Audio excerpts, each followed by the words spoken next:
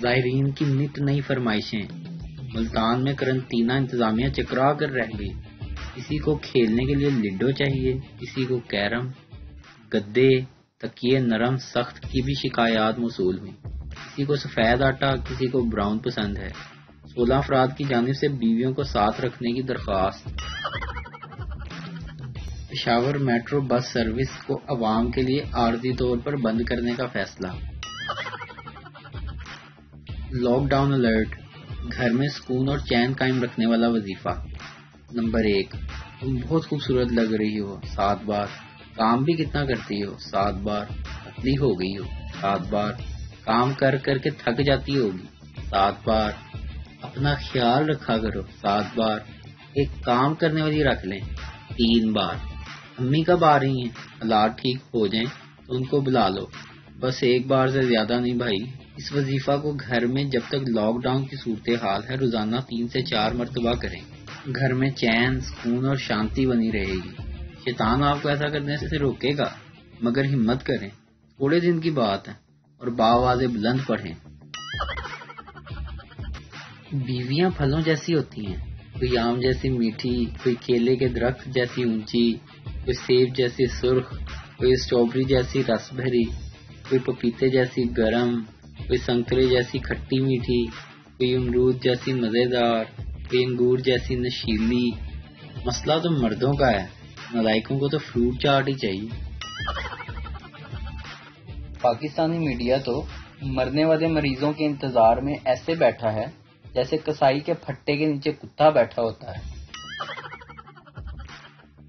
Darren semi نے اگر اسلام قبول کر لیا تو اس کا کیا نام تجویز کیا جائے گا؟ میں نے تو ایک نام تجویز کر بھی دیا ہے، کالا شاہ کاکو.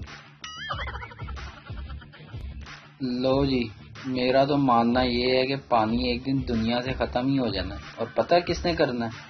پرائمری اسکول کے بچوں نے، جو ہر 2 منٹ بعد کہتے ہیں استاد جی پانی پیا ہوا. اصل عقل مند اور سیاست کرنے والا آدمی وہ ہے جو بیوی کو باور کرا دے کہ میک اپ صرف خوبصورت نہ دکھنے والی عورتیں کرتی ہیں. کل تک وہ عورتیں جو کہتی تھیں میرا جسم میری مرضی، آج وہ بھی وائرس کے ڈر سے اپنا چہرہ اور جسم ڈھانپے ہوئے ہیں. ایک انگریز سیاح نے اردو زبان سیکھی. ایک دن وہ لاہور گیا اور ایک لاہوری سے پوچھا کیا باغ جناح کو یہی سڑک جاتی ہے؟ لاہوری: آہو. انگریز بہت پریشان ہوا کیونکہ اس نے یہ بولی پہلی بار سنی تھی. اس نے ایک اور آدمی سے پوچھا تو اس نے بھی آہو کہہ کر جواب دیا. پھر اس نے تیسرے آدمی سے پوچھا تو اس نے کہا جی ہاں. انگریز بولا مجھے بتاؤ آہو کا کیا مطلب ہے؟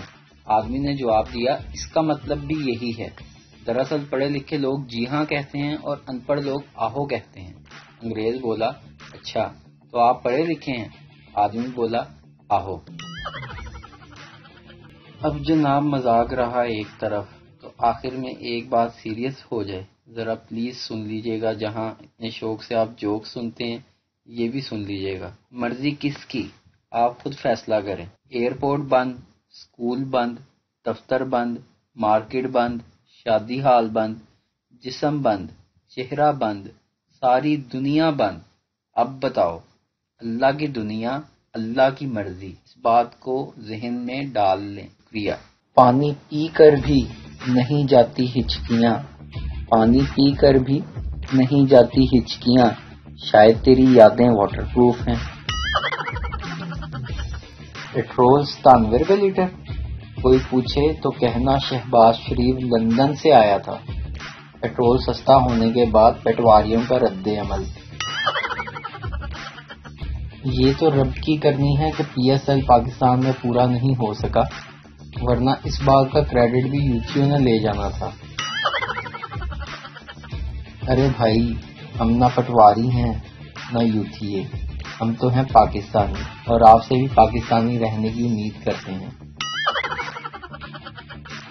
بابا جی فرماتے ہیں کہ سوشل میڈیا کی پری دیکھنے کے بعد انسان کے پاس پرے ہونے کے علاوہ کوئی دوسرا راستہ نہیں بچتا.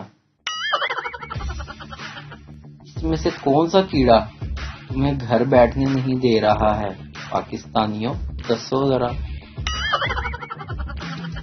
یونیورسٹی جانے کا ایک فائدہ ہے، رشتہ داروں کو یہ پتہ نہیں چلتا کہ پیپر کب ہے اور رزلٹ کب۔ مہینے کی آخری تاریخوں میں میرا بٹوا بھی پیاز بن جاتا ہے، جیسے اسے کھولتا ہوں آنسو نکل آتے ہیں۔